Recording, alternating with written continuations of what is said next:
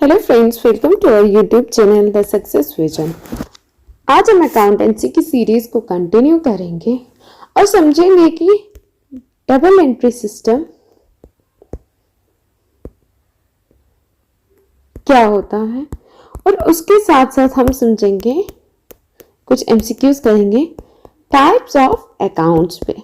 ठीक, सबने ये किया होगा तो एक रिवीजन सीरीज है। सबसे पहले डबल एंट्री सिस्टम के बारे में मैं कुछ चीजें बताना चाहती हूँ। डबल एंट्री सिस्टम किन्होंने शुरू किया था? किया था लुका पिकोली। कब किया था? 1494 में। कहां से किया था? इन्वेंटेड कहां पे हुआ है?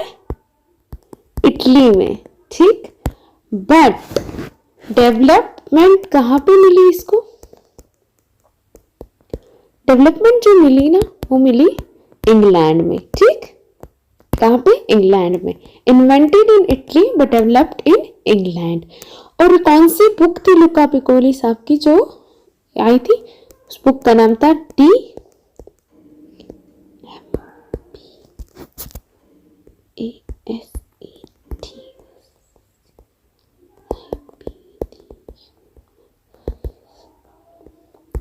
कंपास्ड स्क्रिप्चर्स।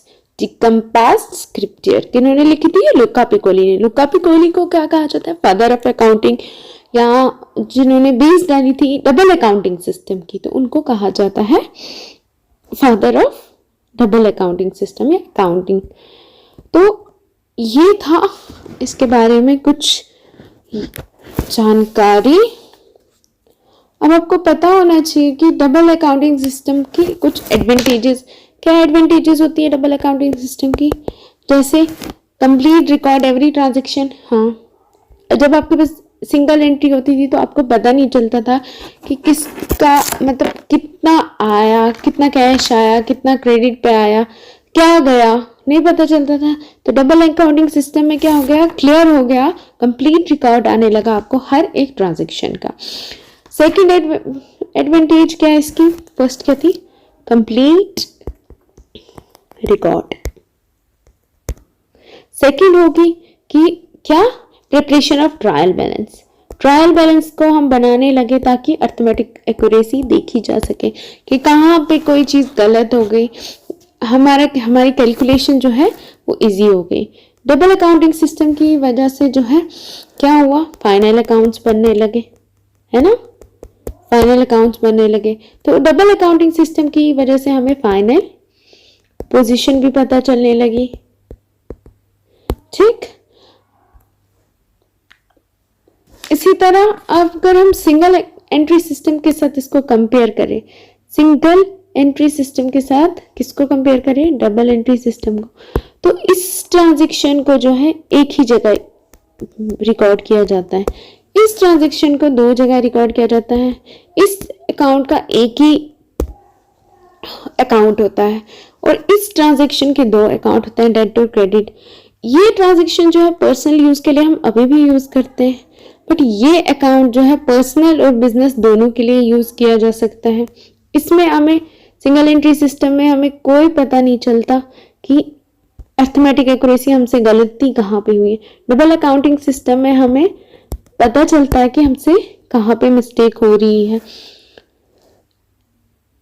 इसमें प्रॉफिट एंड लॉस का नॉलेज पता नहीं है, इसमें एक्यूरेट नॉलेज होता है प्रॉफिट एंड लॉस का। जो सिंगल एंट्री सिस्टम है ये यूज कौन करता है? स्मॉल ट्रेडर्स, और ये जो है ये कंपनीज, जॉइंट वेंचर्स या बड़े बड़े कॉर्पोरेट्स कौन से अकाउंटिंग सिस्टम यूज करते हैं? Double accounting system. अब हम कुछ क्वेश्चंस करेंगे इससे बेस। ठीक है, क्वेश्चन नंबर 1 पे आ जाए। Double entry system was introduced in, अभी पढ़ा हमने, कहाँ पे इंट्रोड्यूस हुआ? इटली में। और डेवलप कहाँ पे हुआ? इंग्लैंड में। पढ़ा ना? तो जापान में, अमेरिका, इंडिया ऐसा कुछ नहीं होता। ठीक, next, double entry system was started in the year, ये तो आपको सबको पता चल गया, 1494। कहाँ पे? इटली में। किसने किया? लुका पिकोली जी ने।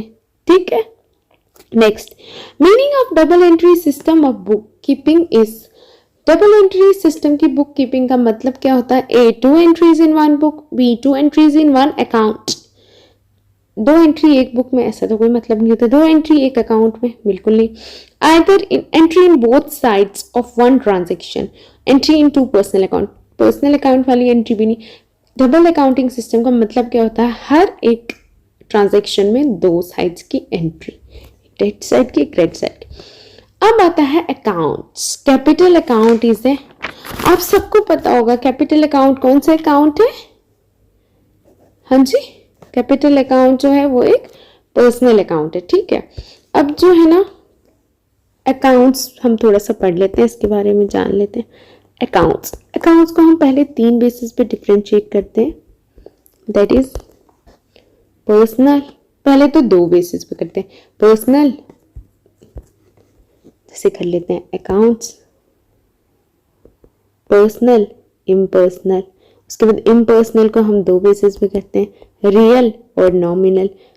तो लास्ट पे अकाउंट कितने बनते हैं? Personal, real, nominal. अब पर्सनल अकाउंट की भी आगे 3 टाइप्स होती हैं, कौन कौन सी?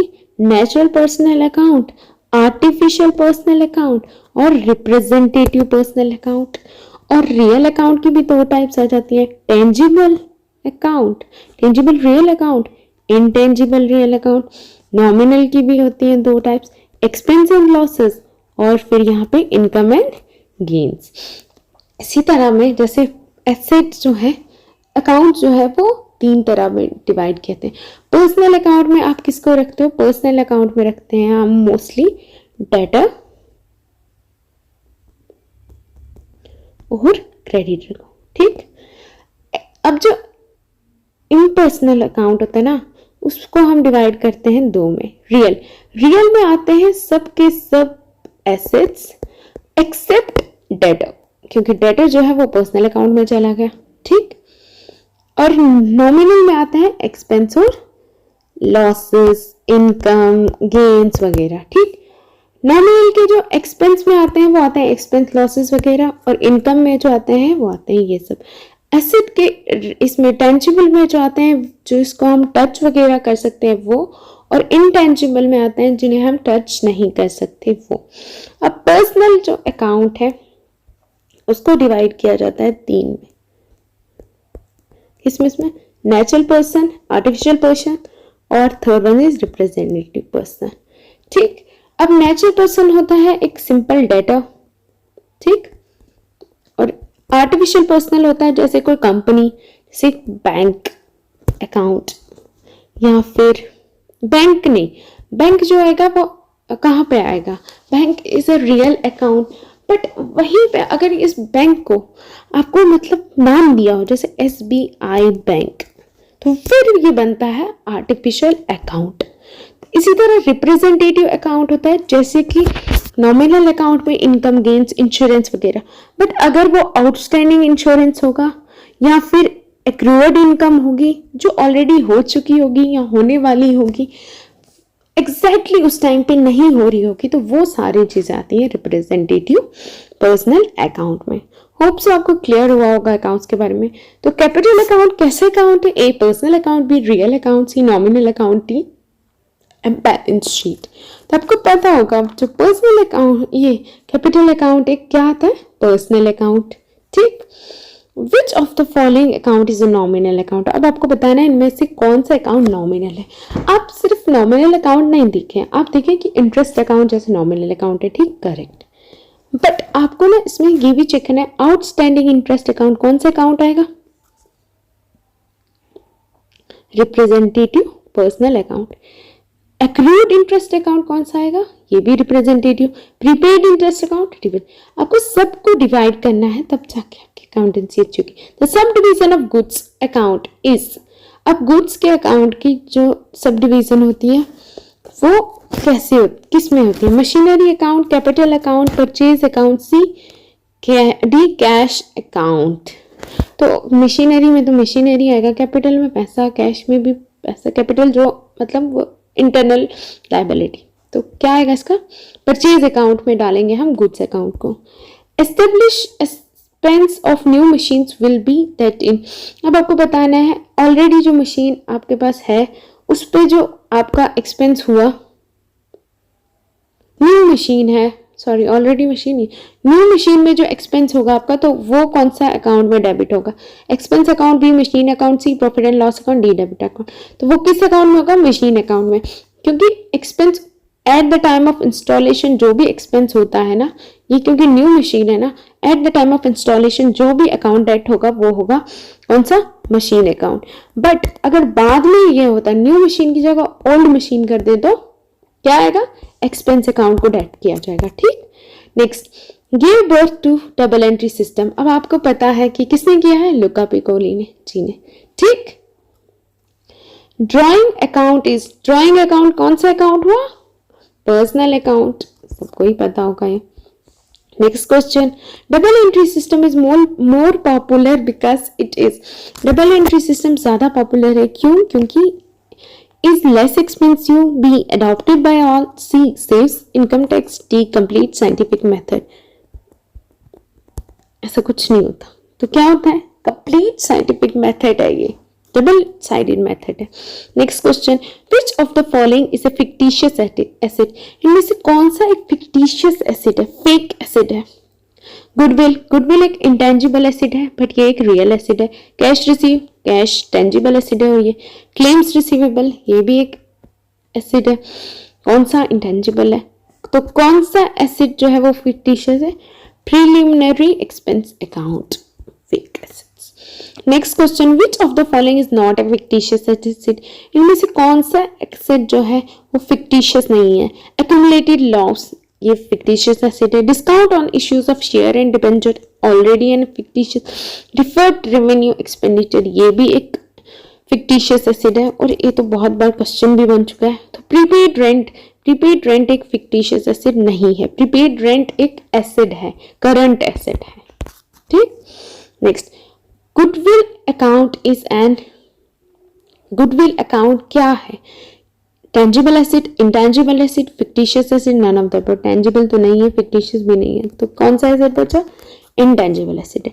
ट्रेडमार्क इज एन, ट्रेडमार्क कौन सा एसिड है? A intangible asset, B current asset, C nominal account, D personal account.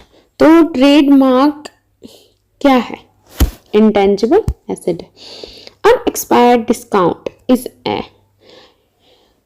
एक डिस्काउंट जो एक्सपायर नहीं हुआ है तो वो कौन से अकाउंट में आएगा? A real account, B representative personal account, C nominal account, D none of the above. तो कौन से अकाउंट में आएगा? अभी पढ़ा मैंने, representative personal account. Rent receivable is an, अब आपको बताना है रेंट जो रिसीव हुआ है वो कौन से अकाउंट है? रेंट क्या है? रेंट एक एक्सपेंस भी हो सकता है, रेंट रिसीवेबल है, सॉरी, हमें आना है तो इनकम है हमारे लिए, तो income and gain losses, income and expenses, nominal account है ना।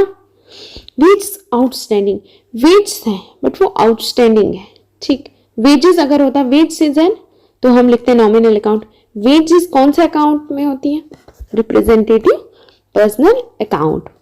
Next, which of the following is a nominal account? अब आपको बताना है इनमें से नॉमिनल अकाउंट कौन सा है? Insurance prepaid account, insurance premium account, C bank account, D capital account. Insurance prepaid है तो representative personal account, insurance premium है तो नॉमिनल अकाउंट, ठीक, बैंक अकाउंट है तो रियल अकाउंट, कैपिटल अकाउंट है तो पर्सनल अकाउंट। ठीक, तो किस में आता है nominal account? Insurance premium account में। Which of the following is a real account? Building account, asset है। ठीक, which of the following is an example of tangible real asset? अब पेटेंट है, ये रियल एसेट तो है बट इंटेंजिबल है। Goodwill है, गुडविल भी रियल एसेट तो है बट इंटेंजिबल है। ट्रेड डेटर्स, ट्रेड डेटर्स जो है वो डेटर्स का हमने क्या पढ़ा था? Personal account. हालांकि डेटर्स जो है वो एक एसेट है ना, बट वो फिर भी पर्सनल अकाउंट में जाते हैं, तो मशीनरी अकाउंट। क्या आएगा इसका? Machinery account. Which of the following is an artificial account? Personal account. Artificial but personal account है, इनमें से कौन सा है? A SBI bank account, B cash account, D Mohan account, D building account. देखिए बिल्डिंग अकाउंट तो रियल अकाउंट है, cash is also a real account. ठीक, उसके बाद मोहन अकाउंट, मोहन एक डेटर आएगा तो ये पर्सनल अकाउंट हो जाएगा। अगर यहाँ पे बैंक अकाउंट था ऊपर, bank account is A real account, लेकिन बैंक का नाम दिया है तो ये क्या बन जाता है, सॉरी क्या बन जाता है, artificial bank account.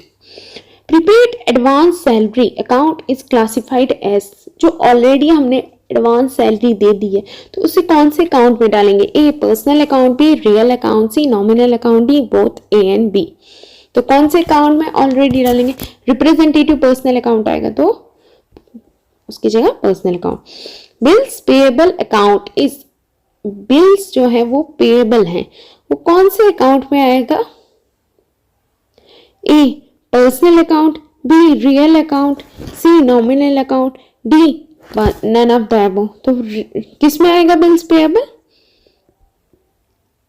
Personal account में। रेंट अकाउंट इज है, रेंट अकाउंट कैसे अकाउंट है, देखो रेंट या तो इनकम हो सकती है या फिर एक्सपेंस हो सकती है, देना है तो इनकम, लेना है तो सॉरी लेना है तो इनकम, देना है तो एक्सपेंस, तो income. Proprietor account is A, proprietor का अकाउंट कौन सा अकाउंट आएगा, A personal, B real, C nominal, D none of the above. तो प्रोपराइटर का अकाउंट कौन सा आएगा, पर्सनल अकाउंट। पेटेंट्स अकाउंट, अब आपको पता है कि पेटेंट अकाउंट कौन सा आएगा, पर्सनल अकाउंट नहीं, नॉमिनल अकाउंट नहीं, तो कौन सा, intangible account. Salary is classified as, salary को हम क्या कहते हैं, A revenue, B expense, C capital expenditure, D liabilities. Salary जो होती है वो पे करनी पड़ती है कंपनी को, तो कंपनी की क्या आएगा, एक्सपेंस होता है। Next, office building is classified as, office की बिल्डिंग जो है उसको उसको क्या मानते हैं, A revenue, B expense, C assets, D liability. क्या मानते हैं, assets. Sundry debtors is classified है, सन्ड्री डेटर्स को क्या क्लासिफाई करेंगे हम लोग, A revenue, B expense, C asset, D liability, asset. लेकिन कौन से asset, current asset. Subscription received is a classification, आप सब्सक्रिप्शन जो आपने ली है उसको क्या क्लासिफाई करोगे आप, A revenue receipt, B expense, C assets, D capital receipt. तो क्या कहेंगे उसको हम, revenue receipt. Stock inventories is classified as, stock या फिर इन्वेंट्रीज को क्या क्लासिफाई करते हैं हम, A revenue, B expense, C current asset, D fixed asset. कौन सा एसेट कहते हैं, current asset. Account payable, account payable is classified as, A revenue, B expense, C fixed liability, D current liability. Account payable है तो current liability. Freehold land and a building is classified as, क्या कहा जाता है freehold land and building को, A revenue, B expense, C fixed asset, D current asset. क्या कहते हैं, fixed asset. Freight and insurance is classified as, freight या फिर इंश्योरेंस को कैसे क्लासिफाई करते हैं, A revenue, B expense, C capital, D liability. तो क्या करते हैं इसको, expense. Retained earning is classified as, A revenue, B owners fund, C asset, D liability. तो रिटेन्ड अर्निंग को क्या कहा जाता है, ओनर का फंड। Wages outstanding is classified as, A asset, B revenue, C fixed liability, D current liability. तो क्या कहा जाता है उसको, current liability. Next, journal record the transaction in and, A analytical manner, B summarised manner, C chronological manner, D none of the three. तो किस manner में, chronological, पहले जो ट्रांजैक्शन हुई होगी पहले उसी को रिकॉर्ड करेगा, सेकंड जो हुई होगी सेकंड उसी को करेगा। Journal is also called as, journal को और क्या कहा जाता है, A subsidiary book, B daily event book, C historical sheet, D log book. तो क्या कहा जाता है, ए